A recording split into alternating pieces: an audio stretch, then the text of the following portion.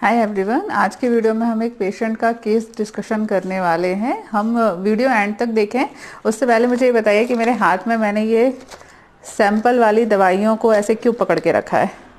अगर आप लोग को कुछ हिंट समझ में आ रहा है कि ये क्या है, किस तरीके से क्यों पकड़ के रखा है और आगे वीडियो में हम क्या बताने वाले हैं, अगर कुछ समझ में आ रहा है तो यहीं पे वीडियो पॉज करिए, पहले कमेंट करिए क्या है। आगे मैं बताने भी वाली हूँ कि मैंने क्यों पकड़ के रखा है, इसका क्या संबंध है, क्या बताने वाली हूँ। चलिए पहले सवाल पे आगे बढ़ते हैं। पेशेंट ने वेबसाइट से पेमेंट करने के बाद अपना सवाल पूछा है। पेशेंट का सवाल यहाँ मैंने साइड में लगा दिया, आप आसानी से पढ़ सकते हैं। समराइज करके मैं आपको बता देती हूँ। 3 इंपॉर्टेंट पॉइंट है। पहली बात तो कि थायराइड की प्रॉब्लम है जिसमें इनको हाइपोथायरॉयडिज्म है, यानी कि जो थायरोक्सिन हार्मोन निकलना चाहिए वो ज़रूरत से कम मात्रा में निकल रहा है, पहली प्रॉब्लम। दूसरी प्रॉब्लम है कि कुछ नर्व रिलेटेड प्रॉब्लम है। कुछ डॉक्टर ने बताया, एमआरआई वगैरह हुआ जिसमें इनको नर्व दबी हुई बताई है कि जो कमर की नस होती है ना वो दब गई है, तो वो इन्हें बताया हुआ है, जिसकी वजह से इनको बैक एक भी हो रहा है, सिर में भी दर्द होता है, घुटने में भी दर्द होता है, पैरों में भी दर्द होता है, मतलब पूरे शरीर में दर्द होता है। और इसके अलावा हेयर फॉल हो रहा है और डलनेस, थकावट, कमजोरी वगैरह वगैरह के लक्षण आ रहे हैं। इसके ऊपर बात करते हैं। फीमेल का केस है लेकिन इसमें मेल फीमेल से कोई खास फर्क नहीं पड़ने वाला, ठीक है। चलिए वीडियो के आगे बढ़ते हैं कि केस के ऊपर बात करते हैं। हाँ, वैसे इसमें हम थोड़ा नर्व रिलेटेड बात करने वाले हैं, तो अगर आप लोगों के पास में कोई भी ऐसा सवाल है या कोई ऐसी तकलीफ है जो कि नर्व से रिलेटेड है, किसी भी प्रकार की कोई नर्व रिलेटेड प्रॉब्लम आपको हो रखी है, तो प्लीज कमेंट सेक्शन में अपना सवाल पूछेगा। नेक्स्ट वीडियो में कोशिश करूंगी कि जितने भी नर्व रिलेटेड प्रॉब्लम होती है जिसमें डॉक्टर ने किसी भी प्रकार से नर्व का आपको कुछ भी बता रखा हो कि आपको नर्व में सूजन आ गई है, नर्व दब गई है, नर्व टेढ़ी हो गई है, कट गई है, ये हो गया है, वो हो गया है, कुछ भी बता रखा है उसको कमेंट सेक्शन में पूछिएगा। मैं कोशिश करूंगी कि उससे रिलेटेड आपको थोड़ी सी क्लैरिटी प्रोवाइड कर सकूं। चलिए इनके सवाल के ऊपर आगे बढ़ते हैं। पहली चीज जो आपको समझनी है कि इनको थायराइड की प्रॉब्लम है। देखिए, थायराइड हमारी बॉडी में ना एक बीएमआई की तरह काम करता है। बीएमआई बीएमआई की तरह नहीं, बीएमआई को मेंटेन रखने का काम करता है। मेरा डॉग पीछे से निकला तो मैं थोड़ी डिस्ट्रैक्ट हो गई। जो थायराइड हार्मोन होते हैं, जो थायरोक्सिन हार्मोन होते हैं, हमारे शरीर के अंदर बीएमआई को मेंटेन रखने का काम करते हैं। और जो बीएमआई है ये हमारे शरीर का एक तरीके से इंजन है। हमें हमारे शरीर को किस रफ्तार से हमारा शरीर चलेगा, हमारे शरीर में कैलोरीज किस रफ्तार के साथ बर्न होगी, ये आपका थायरोक्सिन जो हार्मोन होता है ना वो डिटरमाइन करता है, वो बताता है। अब अगर किसी भी व्यक्ति को थायराइड की प्रॉब्लम है, यानी कि थायरोक्सिन हार्मोन कम या ज्यादा निकल रहा है, अगर कम निकल रहा है तो भी ये आपके बीएमआई को प्रभावित करेगा, ज्यादा निकल रहा है तो भी ये प्रभावित करेगा। थायरोक्सिन हार्मोन की जब भी कमी है या बढ़े है, कुछ भी थायराइड प्रॉब्लम है, तो एक बात मान के चलिए कि अगले 3 से 4 साल के अंदर आपको पूरी बॉडी के किसी ना किसी प्रकार के डिसऑर्डर होने वाले हैं, क्योंकि ये एक ऐसा हार्मोन है जो पर्टिकुलर एक जगह को प्रभावित नहीं करता। वैसे बाकी सारे हार्मोन्स भी पूरे शरीर को प्रभावित करते हैं, लेकिन फिर भी वहां थोड़ा सा एक कुछ इंडिकेट होता है। जैसे कि अगर इंसुलिन हार्मोन कम निकल रहा है तो भाई व्यक्ति को डायबिटीज होगा, फिर डायबिटीज के कारण बाद में लॉन्ग टर्म में बहुत सारी प्रॉब्लम्स आ जाएगी, ठीक है, लेकिन स्टार्टिंग डायबिटीज से होगी, ठीक है। अगर ईस्ट्रोजन प्रोजेस्टेरॉन कुछ गड़बड़ है तो फिर फाइब्रॉइड या यूट्रस या फिर मेंस्ट्रुएशन से रिलेटेड प्रॉब्लम होगी, है ना। फिर इनडायरेक्टली वो बाकी पूरी बॉडी को प्रभावित करे, अलग बात है, लेकिन स्टार्टिंग एक डिसऑर्डर से होती है।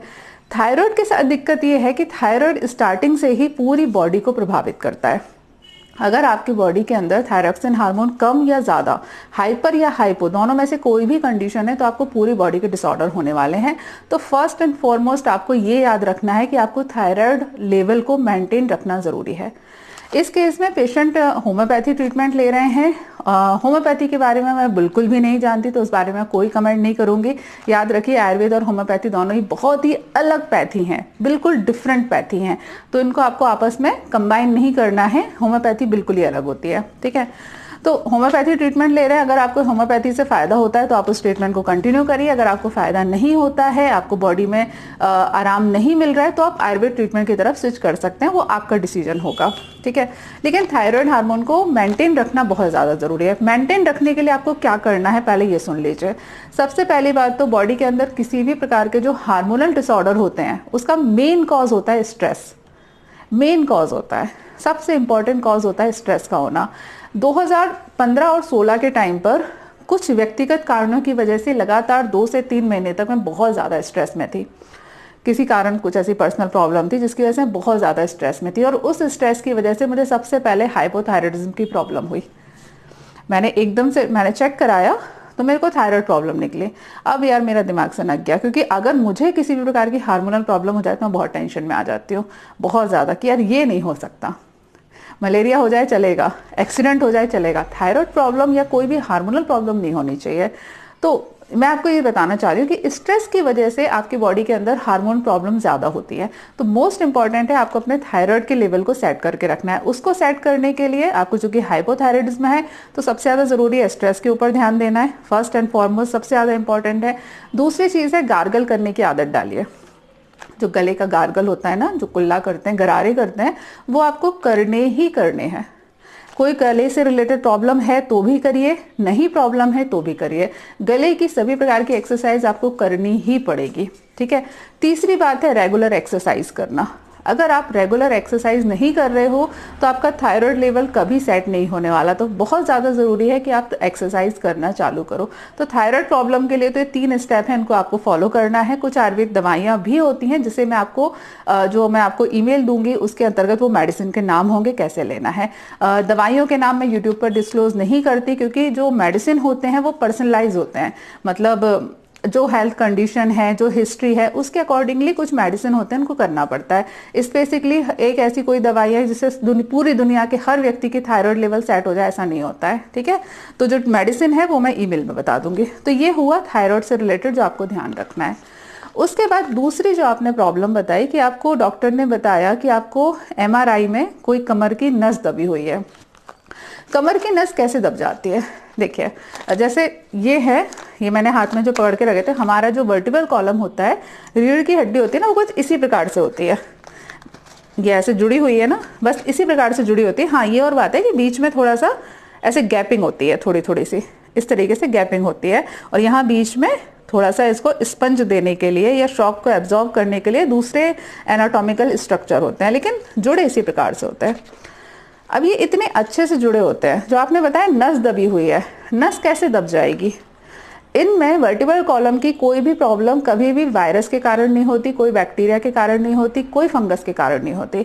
अगर आपके वर्टिब्रल कॉलम थोड़ा सा डिसलोकेट हो जाए, फॉर एग्जाम्पल मैं कर रही हूँ और ये ऐसे निकल जाए, ऐसे एक आगे पीछे हो गया, ठीक है, ये एक आगे निकल गया ये वाला, तो इसको होता है कि ये डिस्क बल्जिंग हो गई है। ये वर्टिब्रल कॉलम है, ये ऐसे बाहर निकल गया। अब जब ये बाहर निकलेगा तो इसकी वजह से क्या होता है ना, इसके नीचे की जो नर्व सप्लाई होती है उनके अंदर प्रेशर बढ़ता है। यहाँ जो डिस्क बल्जिंग हो गई या वर्टिब्रल कॉलम थोड़ा सा बल्जिंग होकर बाहर निकल आया, पूरा बाहर नहीं निकलता है, ऐसे थोड़ा आगे पीछे टेढ़ा मेढ़ा हो सकता है।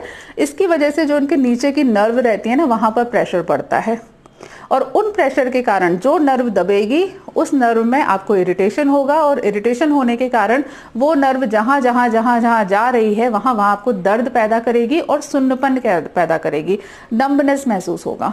अब इसे ठीक करने के लिए पहली बात तो ये ध्यान रखिए जो मैंने अभी बोला कि वर्टिब्रल कॉलम से रिलेटेड कोई भी प्रॉब्लम कभी भी वायरस बैक्टीरिया के कारण नहीं होती। स्पाइनल कॉर्ड जो अंदर है उससे हो सकती है, लेकिन वर्टिब्रल कॉलम की प्रॉब्लम नहीं होती है। वर्टिब्रल कॉलम की कोई भी प्रॉब्लम होती है उसका एकमात्र कारण होता है आपका गलत पोस्चर का होना। हम लोग ना बहुत गलत पोस्चर में रहते हैं।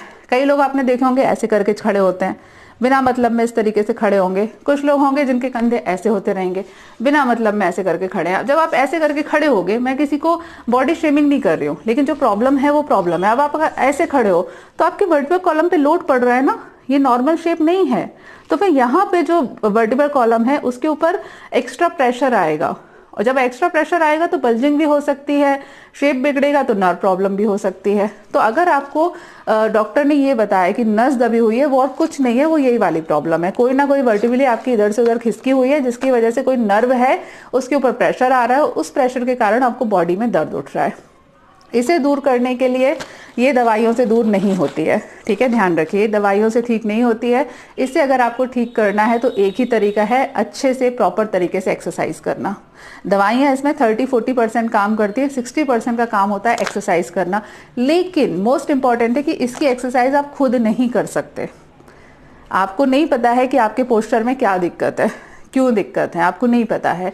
इसको पता करने के लिए स्पेसिफिकली अलग डॉक्टर होते हैं जो फिजियोथेरेपिस्ट होते हैं। फिजियोथेरेपिस्ट अपने आप में एक बहुत बड़ी डिग्री है, 5.5 साल की पढ़ाई करने के बाद वो डॉक्टर्स बनते हैं और उनको पता होता है कि कौन सी मसल्स में प्रॉब्लम है, किस मसल्स का किस नर्व के साथ में अटैचमेंट है, किस नर्व के स्टिमुलेशन में कौन सी नर्व मसल्स में दिक्कत आती है, ये सब उनको पता होता है। तो फिजियोथेरेपिस्ट के पास में जाकर आपको एक्सरसाइज सीखनी पड़ेगी और फिर उन एक्सरसाइज को करना है। अब यहाँ पर भी लोग क्या गलती करते हैं, मैंने कई पेशेंट को सुना है कहते हुए कि हम 15 दिन के लिए गए थे एक्सरसाइज का फिजियोथेरेपी का कोर्स करने के लिए, या फिर हमने 15 दिन के लिए किसी फिजियोथेरेपिस्ट से सेशन लिए। भाई वो 15 दिन के जो कोर्स होते हैं या जो 15 दिन का टाइम होता है वो एक्सरसाइज सीखने के लिए होता है।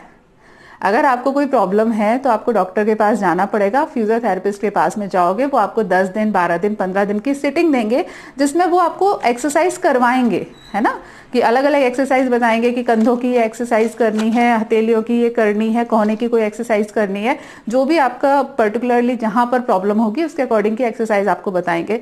फिर वो एक्सरसाइज आपको घर आकर अगले 3 से 4 महीने तक करनी होती है। ऐसा बिल्कुल नहीं होता कि आपने 15 दिन को एक्सरसाइज कर ली और 16वें दिन आप उसको छोड़ दो तब भी आप ठीक रहोगे, ऐसा नहीं होता। आप फिजियोथेरेपिस्ट के पास में जाइए, एक्सरसाइज करना सीखिए और घर पर आकर उसको अगले 3 महीने से लेकर 6 महीने तक का आपको करना पड़ेगा। एक बार जब आपका मसल्स में स्ट्रेंथ आ जाए उसके बाद आप नॉर्मल एक्सरसाइज कर सकते हो। नॉर्मल यूट्यूब वीडियो देखकर या कोई जिम ज्वाइन करके या घर पर ही योगा इंस्ट्रक्टर वगैरह के जो वीडियोस होते हैं ना उसको देख करके, या टीवी में सुबह सुबह जो योगा वाले शो आते हैं उनको देखकर आप एक्सरसाइज कर सकते हो। लेकिन अगर आपको प्रॉब्लम है तो आपको स्टार्टिंग में फिजियोथेरेपिस्ट की हेल्प लेनी ही पड़ेगी, वहां से एक्सरसाइज सीखिए और फिर उन एक्सरसाइज को घर पे करिए। अगर आप ये दोनों पॉइंट याद रखोगे, फर्स्ट थिंग थायराइड को कैसे ठीक रखना है, दूसरा आपको ये जो नर्व रिलेटेड प्रॉब्लम आ गई है इसको ठीक करने के लिए आपको किस प्रकार से एक्सरसाइज करनी है, दोनों पॉइंट अगर आप याद रखोगे तब आपको फायदा होगा, तभी आप बीमारी को ठीक कर पाओगे। अदरवाइज दवाइयों के सहारे 30-40% का आपको रिलीफ मिलेगा, लेकिन अगले 3 महीने 6 महीने या 1 साल के बाद में प्रॉब्लम वापस आ जाएगी। तो ये दोनों पॉइंट जो मैंने आपको बताए हैं वो ध्यान रखिए और फिर उसके अकॉर्डिंग ट्रीटमेंट लीजिए। आपका जो पर्सनलाइज ट्रीटमेंट है वो मैंने आपको ईमेल किया हुआ है, जिस पेशेंट का सवाल था उसके लिए, तो आपको वो ट्रीटमेंट फॉलो करना है और साथ में मैंने इस पूरे वीडियो में जो भी इंस्ट्रक्शन दिए हैं वो आपको फॉलो करने हैं। और आपके अलावा अगर कोई और भी पेशेंट है जो देख रहे हैं जिनको डिस्क बल्जिंग या वर्टिब्रल कॉलम से रिलेटेड कोई भी प्रॉब्लम है, तो आपको इन दोनों ही स्टेप को फॉलो करना पड़ेगा, अदरवाइज केवल दवाइयों के सहारे ठीक नहीं होगा। चलिए आज के लिए इस वीडियो में इतना ही, नेक्स्ट वीडियो में मुलाकात होती है, तब तक के लिए stay healthy and be happy. Good bye.